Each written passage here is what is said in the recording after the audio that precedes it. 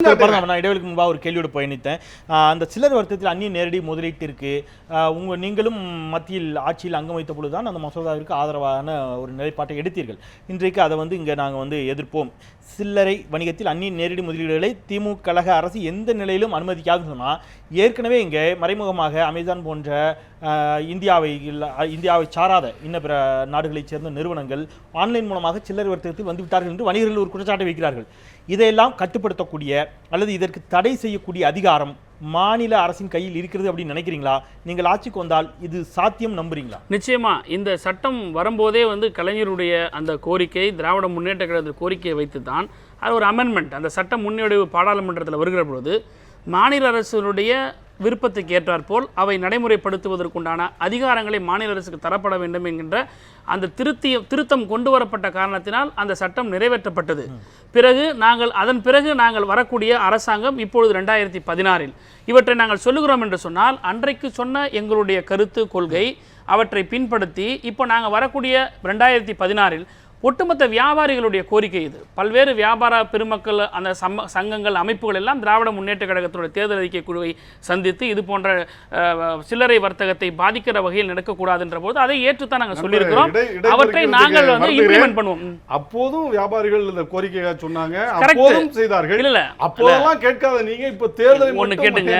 இது சென்ட்ரல் ஒரு நிமிஷம், குறைந்தபட்சம் அதுக்கு ஒரு வருத்தமாக தெரிவிக்க வேண்டாமா? இல்ல அது மீத்தேன் திட்டத்துக்கும் இதுக்குமாவது இதுல சொல்லியிருக்கேன் சார். கேல் நிறுவனம் இவற்றெல்லாம் சொல்லியிருக்கிறோம். அதெல்லாம் இன்னொன்னு என்னன்னா, போதுமானவருக்கு உங்களுக்கும் சரி இல்ல பொதுமக்களுக்கும் சரி இந்த தேர்தல் அறிக்கை படிப்பதற்கான அவகாசம் தேவைப்படுகிறது. ஓவராலா இந்த ஒட்டுமொத்த தேர்தல் அறிக்கையில் படித்ததில் பல விஷயங்களில் எனக்கு ஏற்பட்டிருக்கக்கூடிய அடிப்படையிலான சந்தேகம் அப்படிங்கிறது, பெரும்பாலான நீங்கள் குறிப்பிட்டிருக்கக்கூடிய விஷயங்கள் மத்திய அரசினுடைய கட்டுப்பாட்டில் இருக்கக்கூடியவையாகவே இருக்கிறது. அது கல்வியா இருக்கட்டும், வங்கி கடன், விவசாய கடனா இருக்கட்டும், கச்சத்தீவு பிரச்சனையா இருக்கட்டும், சில்லறை வர்த்தகமா இருக்கட்டும். நீங்க இன்னொரு விஷயத்தை குறிப்பிட்டீங்க, மத்திய அரசு சிறுதொழில் பட்டியலிலிருந்து நீக்கியுள்ள தீப்பெட்டி, பட்டாசு, மெழுகுவர்த்தி உள்ளிட்ட 21 பொருட்களை மீண்டும் அந்த பட்டியலில் சேர்க்க ஆவணம் செய்யப்படுங்கிறீங்க. நான் என்ன கேட்கிறேன்னா, ஒருவேளை இவையெல்லாம் நடைபெறாவிட்டால், ஒருவேளை நாங்கள் முயற்சி செய்தோம், அதெல்லாம் மத்திய அரசுடைய கட்டுப்பாட்டில் இருந்தது, மத்திய அரசு அதை செய்ய மறுத்துவிட்டது என்று எளிதில் தப்பித்துக் கொள்ளும் ஒரு முயற்சி அது. மாநில அரசால் செய்யக்கூடிய விஷயங்களை தாண்டி அது திமுகவுக்கும் கலைஞருக்கும் பொருந்தாது. காரணம் என்னன்னா, சொல்லி தப்பிக்கிறவர் கலைஞர் அல்ல, சொல்லதை செய்யக்கூடியவர், செய்ததை தான் சொல்லக்கூடியவர், அதை தான் இம்ப்ளிமெண்ட் பண்ணிருக்காங்க கலைஞருடைய. நீங்களே குறிப்பிட்டீங்க இந்த 2016 ஆண்டிற்கான இந்த ஆண்டிற்கான தேர்தல் அறிக்கையில் நீங்க குறிப்பிட்டீங்க 111வது இதுல கச்சத்தீவின் உரிமையை மீட்டெடுக்க வேண்டும் என்று 1974 ஆண்டிலிருந்து திமுக கழகம் இந்திய அரசை தொடர்ந்து வலியுறுத்தி வருகிறது. 1974 ஆண்டு போடப்பட்ட ஒப்பந்தத்தில் தமிழர் மீனவர்களுக்கு வழங்கப்பட்ட இந்த மீன் பிடிப்பதற்கும், மீன் வலைகள் உலர்த்துவதற்கும், தேவாலயங்களில் வழிபாடு நடத்துவதற்கும் இருந்த உரிமைகள் தொடர்பான பிரிவுகள் 1976 ஆண்டு அவசர நிலை காலத்தில் பறிக்கப்பட்டன. கொடுக்கப்பட்டதை சொல்ல பறிக்கப்பட்டது சொல்றாரு. இதன் காரணமாக அவசர நிலையே ஜனநாயகம் பறிக்கப்பட்டது. என்றைக்கு பறிக்கப்பட்டது? 76. ஆனா 74 ஆண்டிலிருந்து திமுக கழகம் கச்சத்தீவின் உரிமையை மீட்டெடுக்க வேண்டும் சொன்னா 76 அவசர நிலை பிரகடனம் பிறப்பிக்கப்படுவதற்கு முன்பாகவே கச்சத்தீவு கொடுக்கப்பட்டு விட்டது என்பதை நீங்க கொடுத்தது. இங்க பாருங்க, கொஞ்சம் நல்லா படிங்க. கச்சத்தீவின் உரிமைகளை மீட்டெடுக்க வேண்டும் என்று 1974 ஆண்டிலிருந்து உரிமை மீட்டெடுக்கணும், இந்தியாவிடம் இருந்தா ஏன் மீட்டெடுக்கணும்? என்ன விஷயம் கேட்டுங்க. அதாவது அங்கே போய் வலைகளை உலர செய்வதற்கு அல்லது தேவாலயங்களில் போய் அவங்களை வழிபடுவதற்கு மிகப்பெரிய ஒரு அந்த போக்குவரத்துக்கு உண்டான வழிமுறைகள் இருந்தது. ஆனால் 76க்கு பிறகு டோட்டலாக அது நின்று போச்சு, மிகப்பெரிய சிக்கல்கள் ஏற்பட்டு போச்சு. இதன் காரணமாக அடிக்கடி கச்சத்தீவு அருகே தமிழக மீனவர்கள் இலங்கை ராணுவத்தினரால் தாக்கப்படுவதும் சிறைபிடிக்கப்படுவதும் தொடர் நிகழ்வுகளாக அதிகரித்து வருவதால் தமிழக மீனவர்களை பாதுகாத்திட கச்சத்தீவை திரும்ப பெறுவதற்கான முயற்சிகள் மேற்கொள்ளப்படும். இப்ப முதல் வார்த்தையை வாசிங்க. 1974 ஆண்டிலிருந்தே இந்திய அரசு தொடர்ந்து வலியுறுத்தி வருகிறது. அதான் நீங்க சொன்னீங்க, எங்களுக்கும் கலைஞருக்கும் திமுக கலைஞருக்கும் இது பொருந்தாது, நாங்கள் சொன்னதை கண்டிப்பா செய்வோம். 1974 செய்ய முடியல. இல்ல இப்போ நாங்க மக்கள் எல்லாம் மறந்து போயிருக்காங்க. 74 இருந்து 2016 வந்துட்டாங்க. அதனால இந்த இஷ்யூஸ் எல்லாம் நம்ம பேசினா ஒண்ணு யாரும் கேட்க போறது இல்லைன்னு சொல்லி விட்டு போகிறது இல்லை.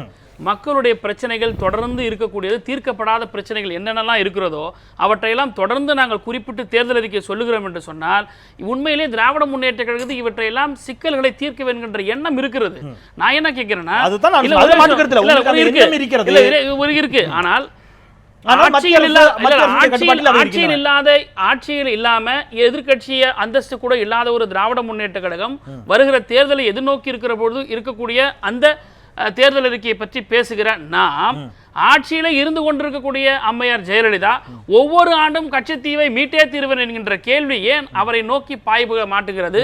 மற்ற பொது அரசியல் தலைவர்கள் என்று சொல்லக்கூடியவர்கள், மாற்று என்று சொல்லக்கூடியவர்கள், மாற்று சிந்தனை என்று சொல்லக்கூடியவர்கள் ஏன் இவற்றை வந்து கேட்பதற்கு அஞ்சுகிறார்கள்?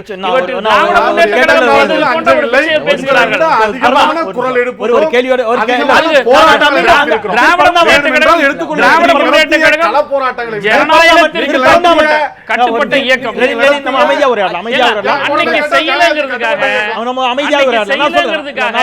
இன்னைக்கு செய்ய முடியாதுன்னு சொல்ல முடியாது. திரு பரந்தாமன், அண்ணா திராவிட முன்னேற்ற கழகத்தின் சார்பாக தேர்தல் அறிக்கை வெளியிடப்பட்ட பிறகு நிச்சயமாக இதே தேர்தலுக்கு போகல.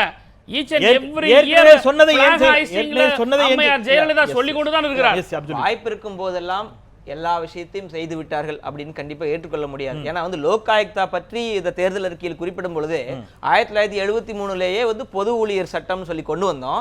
அப்ப எம்ஜிஆர் வந்ததுக்கு அப்புறம் அது கருப்பு சட்டம்னு சொல்லி அதை நீக்கிட்டாரு அப்படின்னு சொல்லிட்டு இப்போது நாங்கள் லோக் ஆயுக்தா கொண்டு வரோம்னு சொல்றாங்க. ஆக்சுவலா இதுல என்னன்னு பாத்தீங்கன்னா சரி 73 75 சரி, அது ஏன் அதுக்கப்புறம் அந்த லோக் ஆயுக்தா சட்டம்ங்கிறது 2016 வரைக்கும் வெயிட் பண்ண வேண்டிய அவசியம் வந்துச்சு?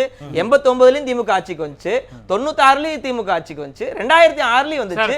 இவ்வளவு காலகட்டத்துல வந்து நான் குறிப்பிட்டு சொல்றோம், இப்போ நீங்க லோக் ஆயுக்தாவை நடைமுறைப்படுத்துறோம் சொல்றது வரவேற்கிறோம். ஆனா ஏன்னா மாநில அரசுக்கு உரிமை இல்லாத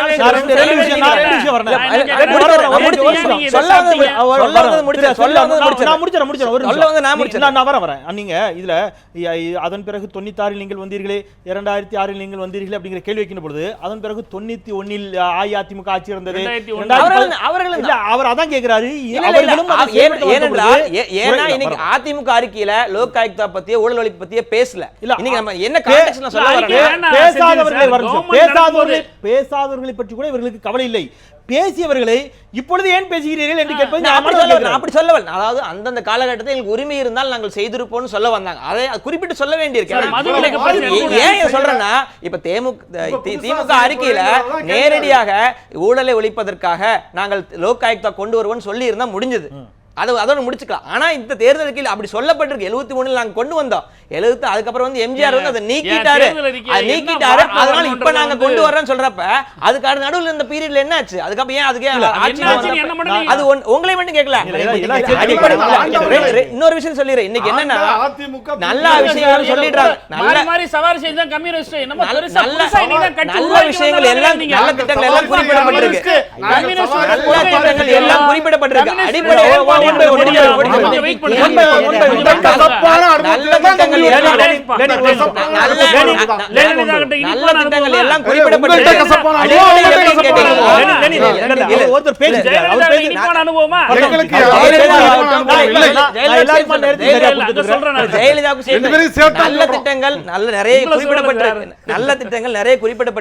அடிப்படையில் அடிப்படையில் என்னன்னு கேட்டீங்கன்னா இன்னைக்கு சமீபத்தில் ஒரு முக்கியமான பிரபல வார இதழ்ல வந்து ஒரு 10 சமுதாயத்தில் மதிக்கக்கூடிய சமூக ஆர்வலர்கள் எல்லாம் வச்சு மதிப்பீடு செய்து ஒவ்வொரு தலைவரும் கருணாநிதி ஆகட்டும் ஜெயலலிதா ஆகட்டும் அவரின் அரசியல் ராஜதந்திரம் எப்படி, நிர்வாக திறமை எப்படி, விரைந்து முடிக்கும் திறன் எப்படி அப்படின்னு புள்ளி விவரங்கள் 100க்கு எவ்வளவு மார்க் போடுவீங்கன்னு எல்லாம் கொடுத்திருக்காங்க.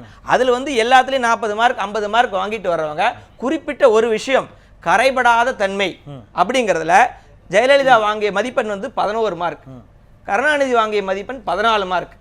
அப்ப அடிப்படையில மக்கள் மத்தியில் என்ன கேட்டீங்கன்னா எல்லா விஷயங்களும் நல்ல விஷயங்கள் இருக்கு. சொல்ல வர விஷயம் என்னன்னு கேட்டீங்கன்னா ஊழல் இவ்வளவு ஆண்டு காலத்துல இருந்தாலும் ஊழல் அப்படிங்கிறது வந்து 2 ஆட்சி காலத்திலும் அதிகமாக இருந்திருக்குதுங்கிறத மக்களோட அதுக்கான தீர்வு என்ன அப்படிங்கறத நீங்க வைக்கிறீங்க. பொதுவாக ஒரு கவுன்சிலராக தேர்ந்தெடுக்கப்பட்டு விட்டால் கூட மக்களுக்கு இயல்பாகவே அதிகாரத்தில் இருப்பவர்கள் மீது எப்பொழுதுமே ஒரு கோபமும் வெறுப்பும் இருப்பது அப்படிங்கிறது இயற்கை தான். அவங்க வந்து லஞ்சம் வாங்கியிருப்பார்கள், ஊழல் செய்திருப்பார்கள் அப்படிங்கிற எண்ணம் ஜெயலலிதாவை பத்தி சொன்னதனால இங்க சொல்ல வேண்டிய அவசியம் கன்விக்டட் லீடர் கலைஞரா ஜெயலலிதா தமிழ்நாட்டுல எல்லா இடங்களிலும் எம்எல்ஏ மணல் திருடி உங்க கம்யூனிஸ்ட் எம்எல்ஏ மணல் திருடி உள்ள போயிருக்காரு. யாரு எம்எல்ஏ சொல்லுங்க, ஒரு எம்எல்ஏ சொல்லுங்க, நான் கேக்குறேன். ஒரு எம்எல்ஏ சொல்லுங்க, ஒரு எம்எல்ஏ சொல்லுங்க. ஓசூர் எம்எல்ஏ மீது மணல் கொள்ளை இல்ல, அவரா சொல்றாரு, அவரா சொல்றாரு. சரி, இடைவேளை நான் சொல்றேன், எதுக்கு நான் சொல்றேன், மணல் கொள்ளை தமிழ்நாடு முழுவதும் கூட்டணி. இடைவேளை போல நான் இடைவேளை போயிட்டு வரேன். இடைவேளை ஒண்ணா இருக்கிறாங்க. 1989 ஜனவரி சட்டமன்ற தேர்தல் அறிக்கையில் திமுக மீண்டும் ஆட்சிக்கு வந்தால் கூடங்குளம் அணு உலை கட்டப்படுவதை எதிர்ப்போம் என தெரிவித்துவிட்டு ஆட்சிக்கு வந்தவுடன் 1989 மே 1ஆம் நாள் கன்னியாகுமரியில் நடந்த கூடங்குளம் அணு உலை எதிர்ப்பு பேரணியில் துப்பாக்கிச் சூட்டை நடத்தி போராட்டத்தை முடக்கி பார்த்தது. இப்பொழுது வழக்குகளை திரும்ப பெறுவோம் என்று சொல்லியிருப்பது எங்களுக்கு நம்பக்கூடியதாக இல்லை என்று கூடங்குளம் அணு உலை எதிர்ப்பு போராட்ட குழுவின் சார்பாக இன்றைக்கு முகநூலில் அவர்கள் தெரிவித்திருக்கக்கூடிய எதிர்ப்பு அறிக்கை, மறுப்பு அறிக்கை, இது போன்ற இன்னும் சில கேள்விகள் மீதம் இருக்கின்றன. கால மாற்றத்திற்கு ஏற்றவாறு ஒரு அரசியல் கட்சி தன்னுடைய கடந்த கால நிலைப்பாட்டை மாற்றிக்கொள்ளக்கூடாதா?